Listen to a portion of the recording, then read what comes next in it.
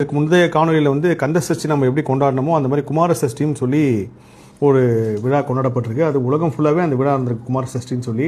அதோட தொடக்கம் வந்து காஞ்சிபுரத்துலேருந்து ஆரம்பிச்சிருக்கு, குமாரக்கோட்டம் அப்படின்ற பகுதியிலேருந்து.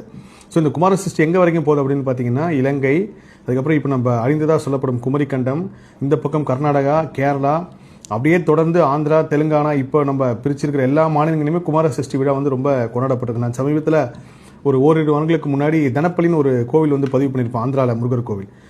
அந்த ஊர்லேயும் இந்த குமார சஷ்டி விழா வந்து கோலாகலமாக வழிபாடு செஞ்சுருக்காங்க. அந்த குமார சஷ்டியோட ஒரு பகுதியை இப்போ நம்ம கந்த சஷ்டியாக கும்பிட்டுருக்கோம். இந்த கந்த சஷ்டிக்கு அபரிவிதமான ஒரு சக்தியும் ஆற்றலும் இருக்கிற மாதிரி குமார சஷ்டியும் இருந்திருக்கு.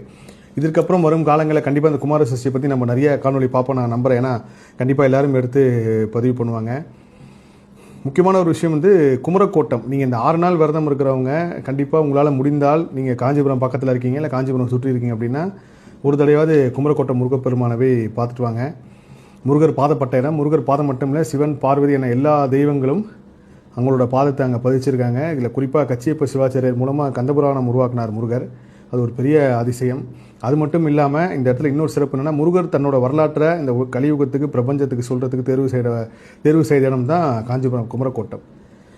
இது வந்து ஒரு அற்புதமான ஒரு மண். அந்த மண் கண்டிப்பாக குமரக்கோட்டம் போய் ஒரு தடவை வாழ்க்கையில் பார்த்துருங்க. அதுவும் கந்தபுராணத்தில் பல இடங்களில் வந்து இந்த குமரக்கோட்டத்தை பற்றி சொல்கிறாங்க. ஆனால் அதோட ஒரிஜினல் பேர் வந்து இப்போ நம்ம குமரக்கோட்டம்னு சொல்கிறோம். அதோட ஒரிஜினல் உண்மையான பேர் வந்து ஆதி காலத்தில் திருக்குமாரக்கோட்டம் அப்படின்னு இருந்திருக்கு. அதுதான் காலப்போக்கில் மருவி குமரக்கோட்டமாக மாறி இருக்கு. நான் என்னோட எல்லா நேர்காணலும் சொல்லியிருப்பேன், திருன்னு ஆரம்பிக்கிற எல்லா ஊருக்கும் நீங்கள் போகும்போது கண்டிப்பாக அங்கே இருக்கிற இறைவனை வழிபடுறப்போ வாழ்க்கையில் ஒரு திருப்பம் ஏற்படும்ட்டு. ஸோ அதனால தான் நம்ம முன்னோர்கள் வந்து முன்கூட்டியே வந்து இந்தந்த ஊருக்கு இவங்க போகணும்னு சொல்லி திருன்ற பெரிய முன்னாடி சேர்த்தாங்க.